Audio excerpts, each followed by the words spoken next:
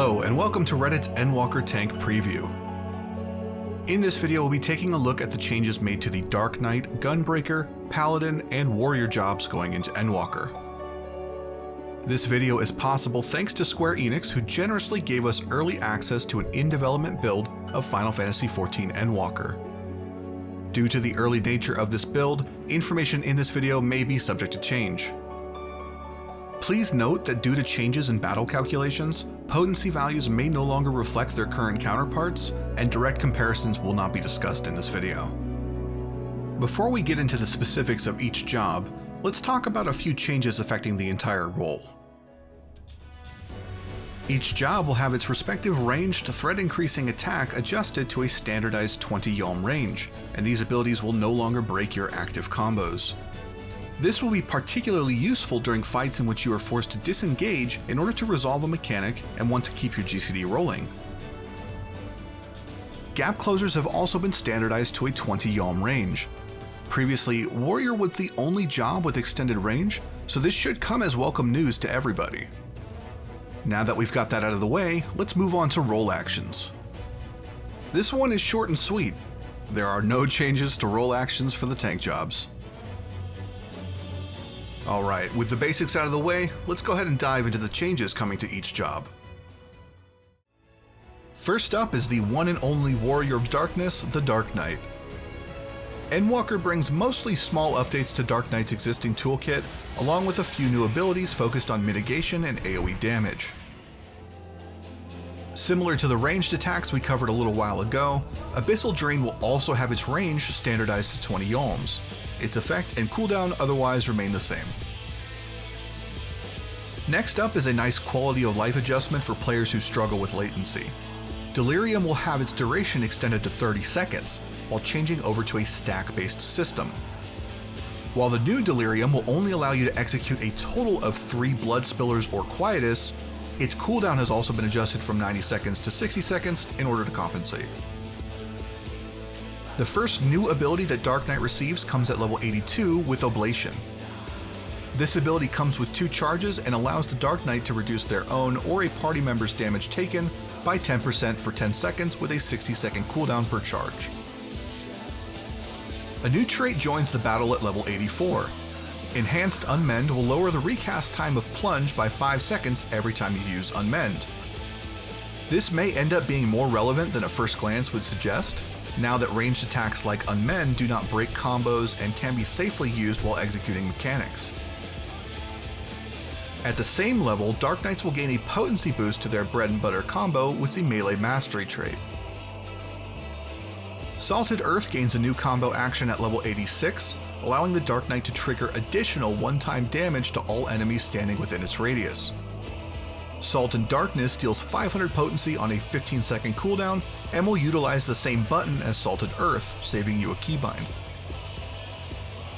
Frey's been hitting the gym and they're ready to flex on your enemies. At level 88, the trait Enhanced Living Shadow will increase the potency of your Simulacrum's attacks to 300.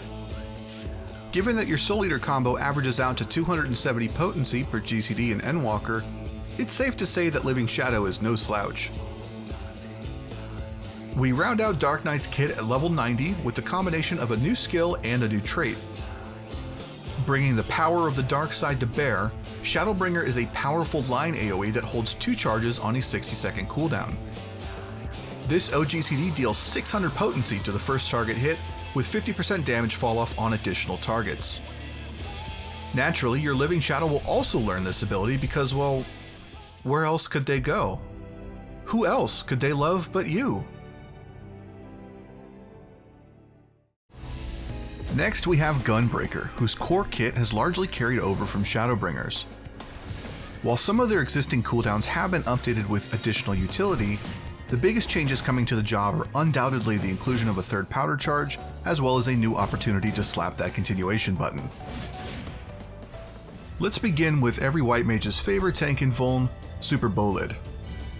The skill remains functionally identical, but its duration has been extended by an extra 2 seconds, bringing it up to a total of 10.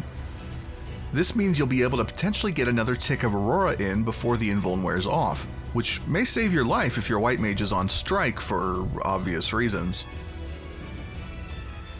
Another small but welcome adjustment comes in the form of the Gnashing Fang combo. Previously, this cartridge spending combo occupied 3 spots on your hotbar, not including the continuation procs in between each GCD. In Endwalker, Gnashing Fang, Savage Claw, and Wicked Talon will all be condensed into a single button, preserving the same functionality while giving your keybind some room to breathe. Next up, at level 82, Gunbreaker will obtain a trait called Heart of Stone Mastery. This upgrades Heart of Stone to Heart of Corundum, which adds 2 additional effects on top of its base ability.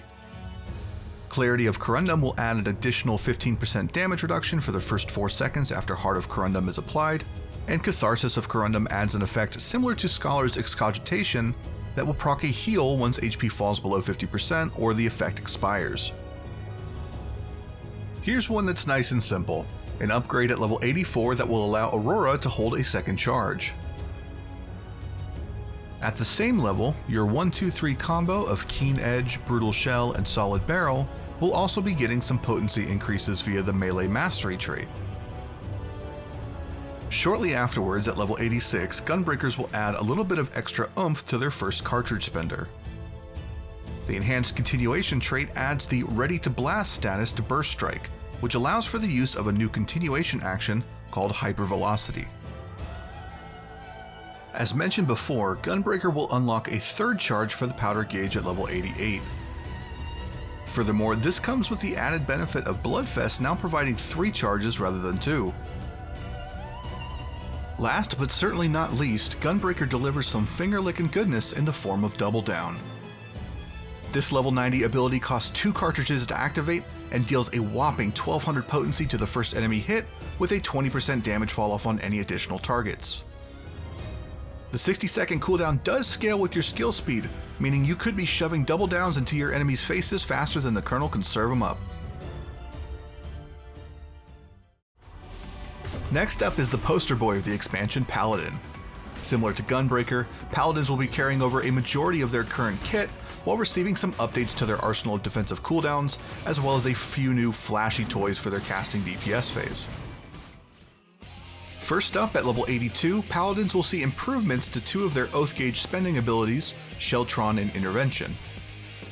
Sheltron Mastery will upgrade Sheltron into Holy Sheltron, increasing the duration from 6 seconds to 8 seconds, as well as adding 2 additional effects, Knight's Resolve and Knight's Benediction. Knight's Resolve will grant the Paladin an additional 15% damage reduction for 4 seconds, turning Sheltron into a more powerful personal cooldown. Knight's Benediction will also grant the Paladin a heal over time for 12 seconds, equal to about 25% of a clemency.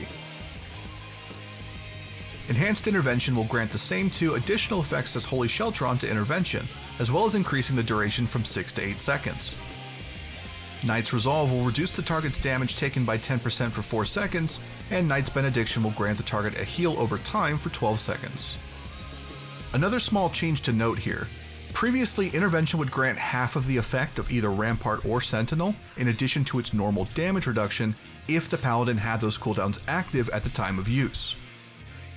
This has been changed in Endwalker to a flat 10% bonus for either skill. Moving ahead to level 84, Paladin gains another pair of traits to update their existing skills, Divine Magic Mastery 2 and Melee Mastery. Divine Magic Mastery 2 adds a healing effect to both Holy Spirit and Holy Circle, granting a straight heal equivalent to about 40% of the effect of Clemency. Melee Mastery will simply upgrade some of your existing skills, increasing the potencies across the board. Fast Blade, Riot Blade, Royal Authority, Holy Spirit, and Atonement will all see potency increases. At level 86, Paladins will gain the Spirits Within Mastery trait, which upgrades the ability to Expiation. An important note here for both Spirits Within and Expiation is that the damage no longer scales based off your current HP, instead dealing a consistent amount on every use. The upgrade to Expiation will also move the ability from single target to an AoE ability, remaining on a 30-second cooldown. Paladins continue down the path of role-playing as healers with the Enhanced Divine Veil trait, acquired at level 88. This trait adds a 400 potency heal in addition to the shielding effect granted by Divine Veil. Undoubtedly, the biggest changes coming to Paladin are the updates to their casting rotation. Requiescat will have its duration changed from 12 seconds to 30 seconds, and now works on a stack system instead of confining Paladins to a tightly timed casting window. The damage of Requiescat has also been updated, no longer scaling based on your current MP and providing a 100% boost to magic damage dealt as opposed to the 50% of Shadowbringers. Note that this effect now only applies to magic damage, meaning it should no longer affect the strength of Clemency. At level 90, Paladin will also see 3 new spells joining their casting rotation. Blade of Faith, Blade of Truth, and Blade of Valor make up the new flashy 4-part combo beginning with Confiteor, which is designed to replace the next Goring Blade combo in your rotation. Blade of Valor will apply a damage over time effect that is slightly stronger than Goring Blade to all targets hit, and all 3 of these combo pieces will also restore MP on use. As a quick note before we move on, the new spells gained at level 90 share the same hotkey as Confiteor, meaning that Paladin will maintain the same number of keybinds as they do currently. Bringing up the rear, we have Warrior. Warriors will see their current kit expanded with some of the same utility additions featured in the other tank jobs, multiple new DPS abilities, and some quality of life adjustments for players who suffer from higher latency. Easily the biggest quality of life change for Warriors comes in the form of Berserk and Inner Release. Similar to Paladin's Requiescat, these abilities will no longer require slamming GCDs into a tightly timed window, and instead will work off a stack system with a much longer duration for added flexibility. Note that these abilities only grant 3 stacks in Endwalker, whereas the window in previous expansions typically allowed for up to 5 Fellcleaves or Decimates. However, the cooldown has also been adjusted from 90 seconds to 60 seconds to compensate. Similar to Gunbreaker's Super Bullet, Warrior's Holmgang has also seen an increase in its duration, bringing it up to a new standard of 10 seconds. Its range, effect, and cooldown otherwise remain the same. The damage buff granted by Storm's Eye has remained unchanged in its effect, but has been renamed to Surging Tempest. It can now be applied through the AoE combo finisher Mithril Tempest, meaning warriors will no longer need to worry about doing a Storm's Eye combo to start off large pulls or ad phases.